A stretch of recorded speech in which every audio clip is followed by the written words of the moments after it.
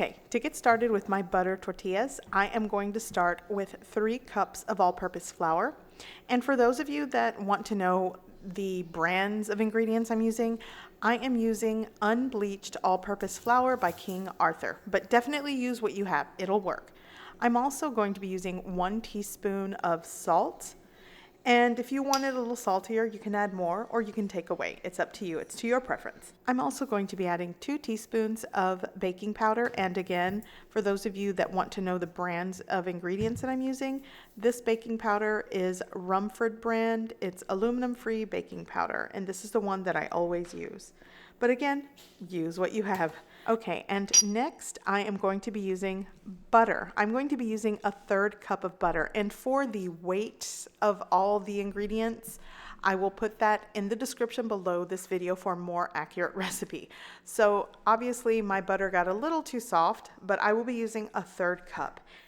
Okay, and next I will also be using 8 ounces of hot water. If you can handle boiling hot water, that's fine. That's what my grandmother used to do.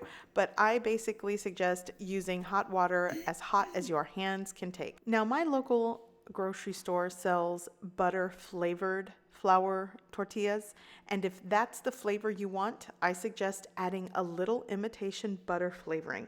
That will definitely mimic what you can buy at the store, at least here locally in my area. I don't know if it's that way all across the world, but at my HEB, they do sell butter flavored flour tortillas.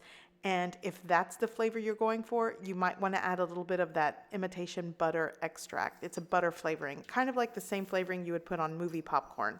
But I'm just going to go strictly with the butter that I'm using. But again, if that's the flavor you're looking for, you might want to add a little bit of that extract. So now I am going to add all of the dry ingredients and give them a mix. Then I will add the butter and the water, and then it's going to be time to combine, mix, get messy, and start kneading that dough. So while I'm adding all of the ingredients, I want to mention, just like I mentioned in my other recipe videos for flour tortillas, if you do not want to use butter and you want a more vegan approach, you can use margarine. You can use a butter alternative. I have actually used Melt. I don't know if you are familiar with that. It is basically a vegan butter and it works. Now, I know some people probably think, oh my gosh, it's sacrilegious. Why are you adding butter? Why are you using other things than lard? Well, definitely if you do not want to use anything else and you want to use lard, it works. That absolutely works. But I like experimenting with things and I like the flavor sometimes of using butter. I mean, that's just a personal preference. I don't think it's written in stone anywhere that you can't use anything other than lard. My grandmother used shortening, not because she truly wanted to, it's because it's all she could find in her neighborhood grocery store in the 60s and 70s. She would use Crisco. Now she's not really making flour tortillas anymore. I do that. But anyways, I definitely just want to say if you are not comfortable using lard or butter, use shortening, use an alternative. It will definitely work with this texture. Some people might be naysayers and say, no, it's not the same. Well, to that I say, I always encourage my viewers, cook with what you have, work with what you have, and do what you think is best for you. But I'm not going to sit here and tell you not to use something that you want to try. I just think that's absolutely absurd. I'm all about experimenting in the kitchen and definitely cooking to my preferences and what I like. So I encourage you to do the same. So if you want an alternative to butter, you can definitely use the oil of your choice. And I did have a commenter actually use oil, and they suggested instead of using a 1/3 cup of oil to use a 1/4 cup. I actually tried that and I agree, a 1/4 cup does work better. It's less greasy, if that makes sense. So anyways, those are some alternatives. Sorry for the long rant, but I just wanted to clear that up in case you're wondering or you wanted to ask that question. Okay, so as you can see, my hands are messy and that is just fine. So if you find that you're mixing your flour and water and all your ingredients and it's just too wet, then you definitely can add a little bit of flour, because if you're not weighing your ingredients, you're not going to come out with the same result as I am. It could totally be different. I've mentioned this before, that maybe your cup of flour might be packed and mine is a loosely packed, and it's going to differ in the amount. So just to show you, I am going to add just a little bit of flour, and I do suggest you do the same. When you feel like you need to add flour, do it just like this, just a little bit at a time. You don't want to add tons of flour and then your dough is not workable and then it kind of dries out by the time you cook it. So that could be a reason why your tortillas are coming out dry. It's the overuse of flour, because automatically you probably think this is way too messy and sticky. Give the dough some time and eventually it will come together. But like I said, if you've added too much water, yeah, you might want to add some flour to adjust and make the dough workable. And above all else, just practice. Practice makes perfect, and that's the best advice I can give you. So I'm going to knead this for around, I don't know, 5 to 10 minutes. I think in one of my videos I said 15 minutes. Maybe that's too long, but sometimes I get distracted and have way too many things going on. So it is 15 minutes of kneading to get it where I need to. But again, it will vary from person to person, because your kneading might not be as strong as mine. But basically, you'll want to knead until the dough comes together, it's soft, it's pliable, and the exterior is somewhat smooth. It's not going to be a perfect smooth, but at that point, you'll want it to look something like this. And again, it's not perfectly smooth, but it has come together. And now what I'm going to do is separate it into dough balls.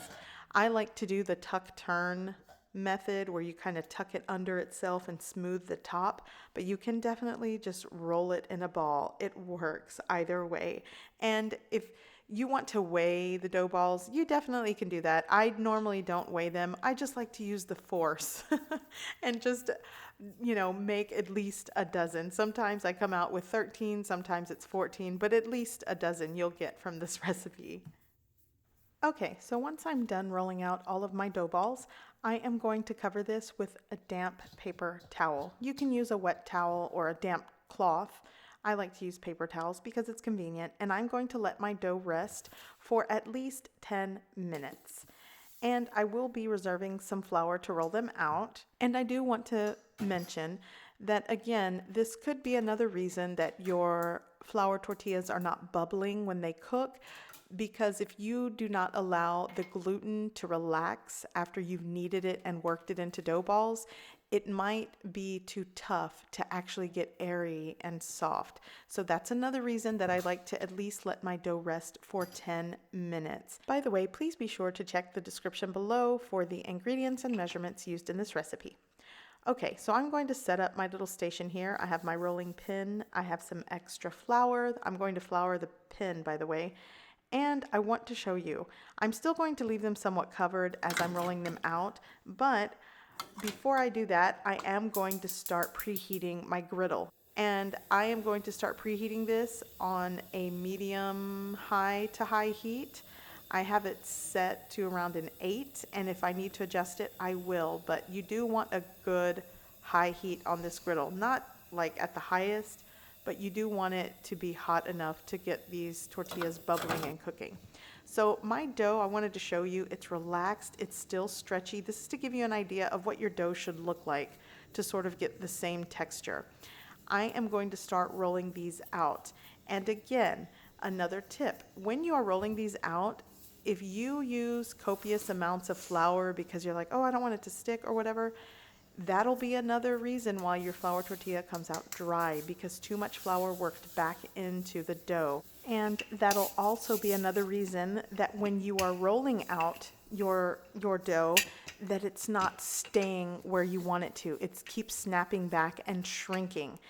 The excess flour is working back into the dough, and it's making the gluten work up again, and it dries it out. So this is why sometimes if you find yourself fighting to roll out a tortilla and you're like, it won't stay, it keeps shrinking back, that's one of the main culprits. It's the overuse of flour when you're rolling it out. So just be mindful. And I understand that it's kind of hard to explain, like, no, that's too much, or no, that's too little. My best advice to give you is to keep practicing and just find find a way to feel the dough and to understand how things work in your kitchen, because I even have commenters on my last video that the altitude is another thing that they're fighting against, and I completely understand. So I'm going to continue rolling this out, and when you are rolling your tortillas out, you can roll them out as thin or as thick as you like. I remember we used to have a family friend that would literally have them so thick, but you know what? I couldn't complain because it was a homemade tortilla and that's the way she liked it. And that's my advice to you. That's pretty much my advice for this whole channel. Do what you like, do what you prefer, and make it work because you are going to eat it. Once I'm done rolling this out, I am going to hang it on the side of the bowl just to let it rest, and I'm going to roll out probably 3 and then start making them on the griddle.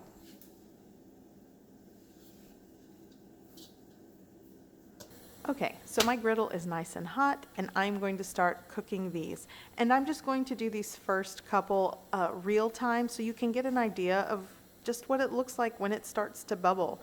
Already you can see little tiny bubbles forming, and it hasn't been like 10 seconds. Definitely that's a good indication that your griddle is at the right temperature. Now, I'm not measuring heat temperature, but again, those are indicators to let you know that it's going to cook well. Now, if it's not bubbling within the first 15 seconds, you don't see any type of action going on, then you might want to crank up the heat. I'm just going to flip it several times.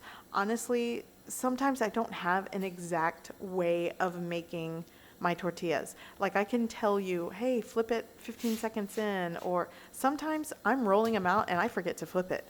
So ultimately, I'm just looking for some air bubbles, air pockets. I flip it a couple times and then it'll start to get that golden brown charring on the outside and I'm good to go. I feel like that's just what I'm used to when I'm cooking it.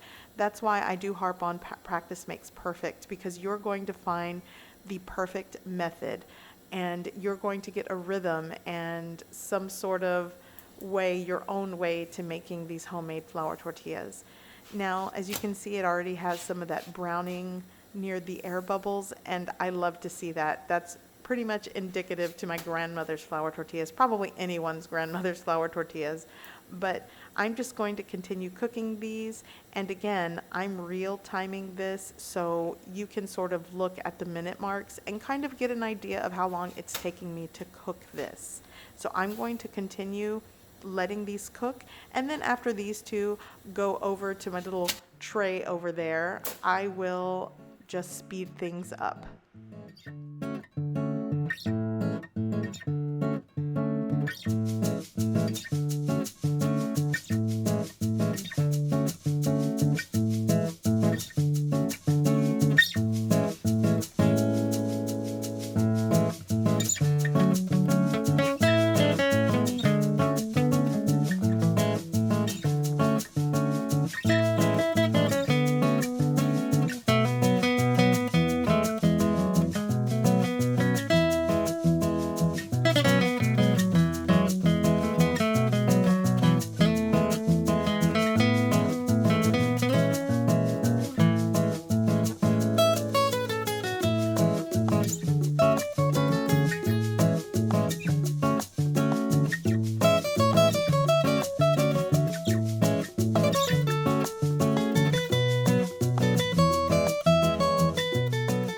Okay, so they are all done and my kitchen smells fantastic.